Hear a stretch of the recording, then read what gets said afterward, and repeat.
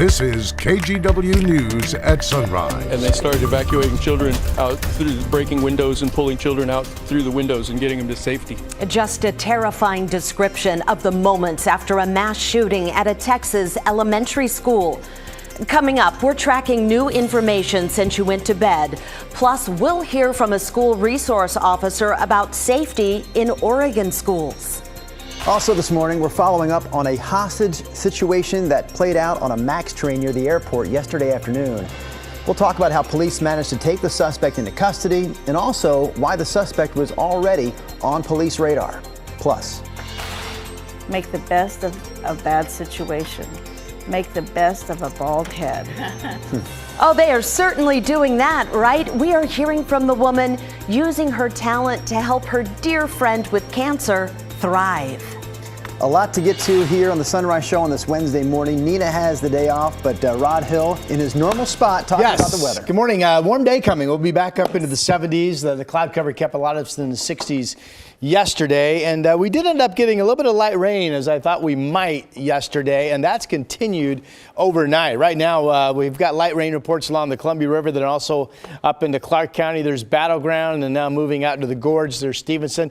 This should be ending in the next couple of hours. Otherwise, it is cloudy, maybe a little misty up in the hills. We're at 57 degrees out at PDX this morning. So to the bus stop, I think once we get to 8 o'clock, it should generally be dry out there, but overcast, mid-50s. And then some sun breaks at noon, 64, and then a little bit more sun when the kids get out of school, and we'll be up into the 70s. Back to you. All right, more from Rod here in a few minutes, but right now we do want to get to our top story this morning. We're following up yesterday's school shooting in Texas that killed 22 people, including 19 children. This happened in Uvalde, Texas, about 85 miles west of San Antonio. It is a devastating blow to a tight-knit community of just 16,000, and police say it was carried out by one of their own. Here's NBC's Wendy Woolfolk with the latest. Another mass shooting in America. This time, shots fired and lives lost at an elementary school. There was a mass casualty incident at Robb Elementary School in Uvalde, Texas.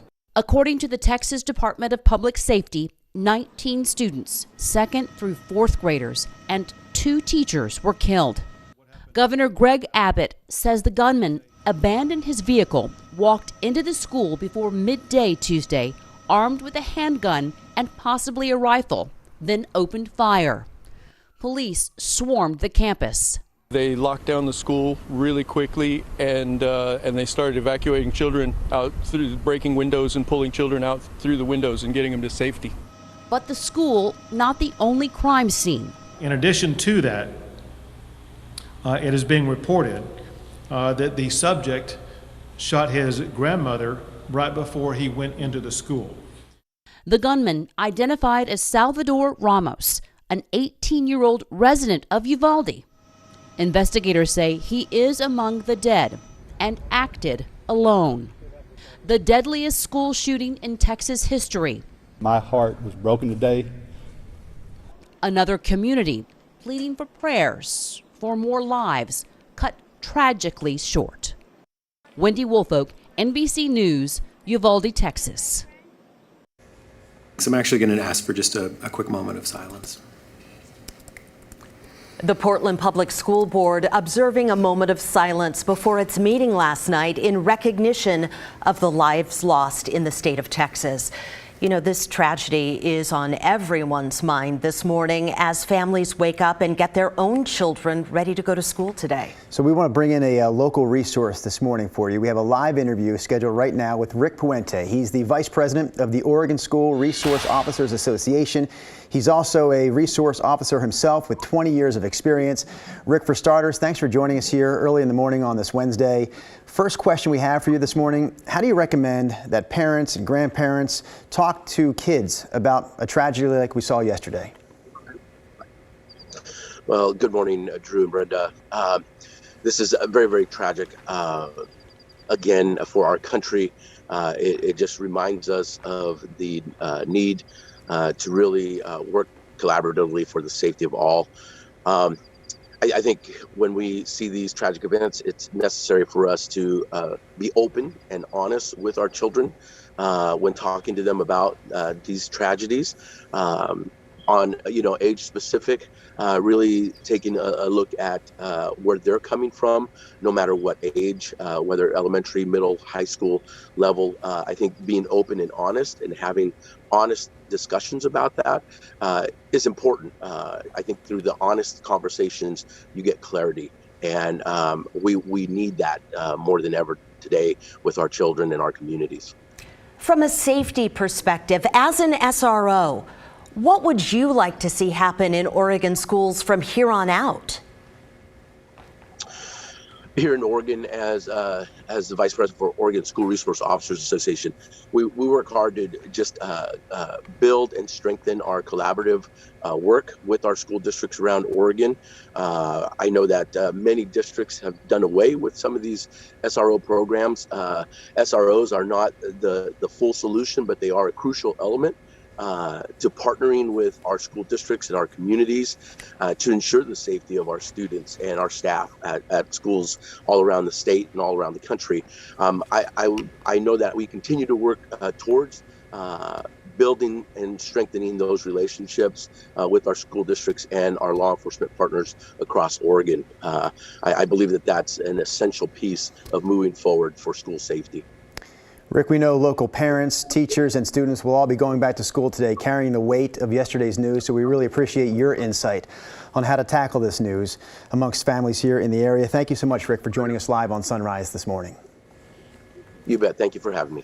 All right, and of course, you can stick right here with KGW and NBC News for all the latest on yesterday's school shooting in Texas. We'll continue to update you here on the air and online at kgw.com as more information comes in. Developing here locally, State Route 14 in Vancouver is open again this morning after a wild scene last night. Washington State Patrol says the owner of a stolen vehicle chased down the thief and fired shots at the car, causing the car to crash. This happened near Lisa Road around 10:30. The three suspects got out and ran away. So far, no word on any arrests. Well, the man behind a hostage situation on a MAX train is now in custody. This hostage situation played out yesterday afternoon on Northeast Cascade Parkway, right near PDX.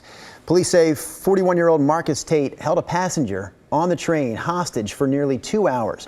He was armed with a knife and a skewer. They say at some point, though, he actually set those weapons down on the ground, and that's when officers deployed 2 flashbangs to distract him. Special response team members used that opportunity to get the passenger and the MAX train operator off the train safely, and then they were able to arrest Tate. Obviously, we're very, very relieved that this did not turn into a more serious situation. These are the nightmare calls that we never want to have, but that we train for.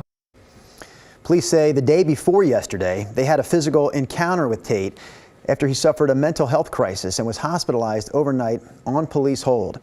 Tate now faces multiple charges, including robbery, unlawful use of a weapon, and interfering with public transportation.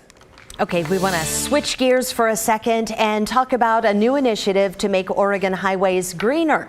Governor Kate Brown joined ODOT leadership yesterday to celebrate the state's first milestone for the West Coast Electric Highway. This is a network of electric vehicle charging stations from British Columbia all the way through California. Phase 1 includes adding different types of chargers and upgrading existing chargers to serve a wider range of electric vehicles. ODOT says this is just the beginning for Oregon.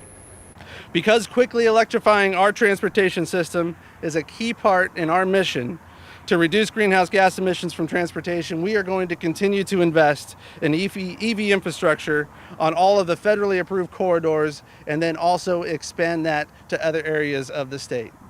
Work on Phase 2 begins this summer. Crews will convert 11 stations into super stations that'll have even faster charging speeds. Phase 3 also gets going this summer. It'll expand the network to Interstates 5 and 84 and also Highway 101. Rod, please give us a heads up. How many phases to your forecast this morning? But that's interesting. You know, seriously, it makes me think about how long did it take to get away from the old, rotary dial phones until we were all carrying cell phones. And this is kind of the next big transformation, right? You bet. It is a milestone. We'll see how long it takes to to get going. All right, here's a look at what's happening. We did, in fact, have some light rain areas overnight. Right now, mostly we're talking north of downtown Portland, up along the Columbia River, then up into southwest Washington. I still think all this will be out of here in the coming couple of hours, and this will go on to be a dry day. Sun up this morning. 529, by the way. All right, you can see the clouds over downtown. Looks a little misty. We have light rain out along PDX, 57 degrees. This is with that thick cloud deck that came in yesterday. Of course, remember yesterday we talked about this was warming air coming in. We could start to see a little spritz of moisture, and certainly we're getting that at this hour in some areas. Here are the temperatures. It's still fairly clear out in central Oregon and out east. Baker City, 41 right now. We have 50s up and down I-5 and also along the coast. So your day today will start down in the Mid-Valley. Going to be a warm one. Salem up to 75 degrees, light southwest winds. There is some morning cloudiness for you, and then a partly cloudy day becoming, if you will. We have the light rain areas I showed you on radar up in southwest Washington, and probably cloudier up in Cowlitz County today overall than it will be when you start getting down into Vancouver and into Portland. So we'll go about 69 degrees today up in Longview. And here's your 7-day. I'll take you through the Memorial Day weekend. 75 today with the sunshine breaking up the clouds eventually.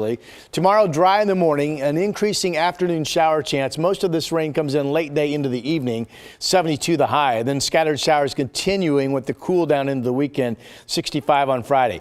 Saturday could be a steady rain. It could literally be raining widespread steadily in the morning when you wake up. That continues into the night. Forecast models say we could get an inch of rain, so that's a big soak. Sunday gets after that back to our typical sunbreak, scattered heavy showers with some hail. And it's still starting to favoring, I should say, a mainly dry Memorial Day Monday with a high of 66 and then back up into the 70s on Tuesday. And that is your forecast. All right. Thank you very much, Rod. Well, we know it's been an extremely challenging few years for the people of Detroit after wildfires destroyed the small town back in September of 2020. Businesses who rely on Detroit Lake have been struggling because of low water levels. But now, thanks to all the spring rain we've seen, that lake is actually the fullest it's been in 2 years, and hopefully now it'll bring back some tourism to the area. Last year, we saw really just about 6 weeks of tourism because just again, water levels so low this time a year ago. And just 2 months ago, locals thought it was going to be another summer where they'd be struggling to keep businesses and docks there afloat. But that changed thanks to heavy mountain snow and, yes, an incredible amount of rain this spring. We were a little worried. It was pretty dry, and then come end of March, April, the weather changed, and middle of April we finally started able to move docks, and there was 10 inches of snow, and then it rained for 3 straight weeks.